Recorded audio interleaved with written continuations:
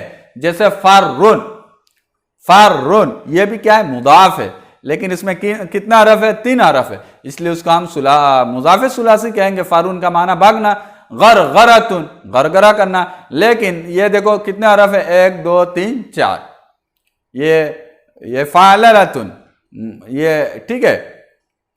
तो इससे ये मुजाफ है, ठीक है, एक जिन्स का 2 हरफ है, गायन भी है, इधर गायन भी है, रा भी है, रा भी है, तो एक जिन्स, तो इसमें क्या हुआ, एक जिन्स के 2 हरफ जमा हुआ, लेकिन वो मादे का हरफ, असली हरफ, लेकिन इसमें 4 हरफ है, ठीक है।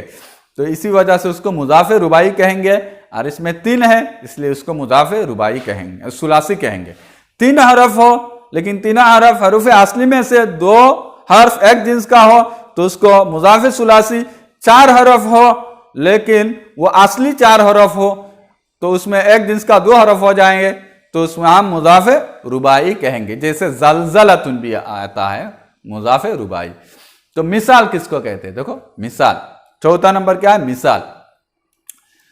मिसाल वह कलिमा जिसका फा कलिमा हर्फ इल्लत हो, उसे मोतल्लुल फा भी कहते हैं। मिसाल को क्या कहते हैं, मोतल्लुल फा, यानी जिसके फा कलिमा में हर्फ इल्लत हो उसको मिसाल भी कहते हैं, मोतल्लुल फा भी कहते हैं।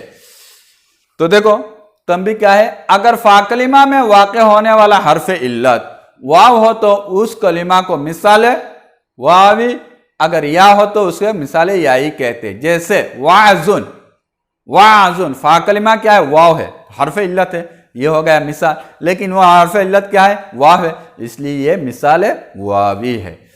नसीहत करना, यतीमुन यतीम होना, उसमें क्या है, यतीमुन में क्या है, देखो फा कलिमा हर्फ इल्लत है, लेकिन वह हर्फ इल्लत क्या है, या है।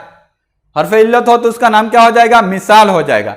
लेकिन मिसाल वावी या याई बोलने के लिए क्या होना चाहिए, हर्फ इल्लत को देखना है। वाव है तो वावी, या है तो याई। तो अभी ये हर्फ इल्लत है लेकिन क्या है, हर्फ इल्लत या है, इसी वजह से इसको हम क्या बोलेंगे, मिसाल याई।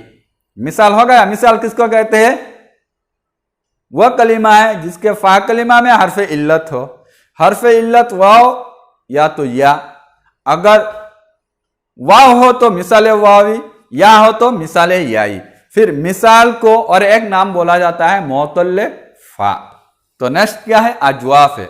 अजवाफ किसको कहते हैं, तो देखो वह कलिमा जिसका आइन कलिमा हर्फ इल्लत हो, फा कलिमा में हर्फ इल्लत हो तो क्या कहते हैं, मिसाल, या तो मोतल्लुल फा, और आइन कलिमा में हर्फ इल्लत हो तो क्या कहते हैं, इसको अजवाफ, या तो मोतल्लुल आइन कहते हैं।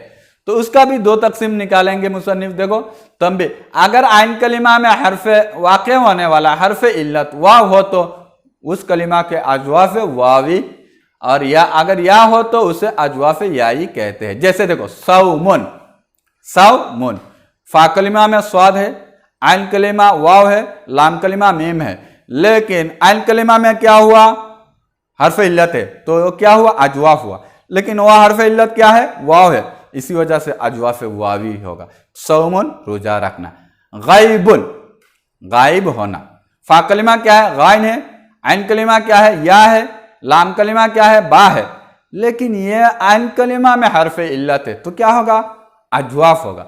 लेकिन वो हर्फ इल्लत क्या, वाव है, या है, तो क्या होगा, अजवाफ याई।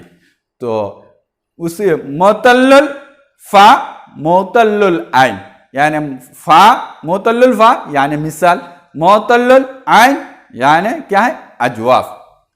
नाकिस देखो हर एक का फिर 2 तकसीम हुआ है। नाकिस 6ठा नंबर, वह कलिमा जिसका लाम कलिमा हर्फ इल्लत हो। नाकिस किसको कहते हैं, वह कलिमा जिसका लाम कलिमा फा कलिमा में हर्फ इल्लत हो तो मिसाल, आइन कलिमा में हर्फ इल्लत हो अजवाफ, लाम कलिमा में हर्फ इल्लत हो तो नाकिस। ये हर्फ इल्लत असली हुरूफ में होना चाहिए, ठीक है। तो उसका नाम, दूसरा नाम क्या है, मोतल्लुल लाम भी कहते हैं। चलिए नेक्स्ट पेज की तरफ।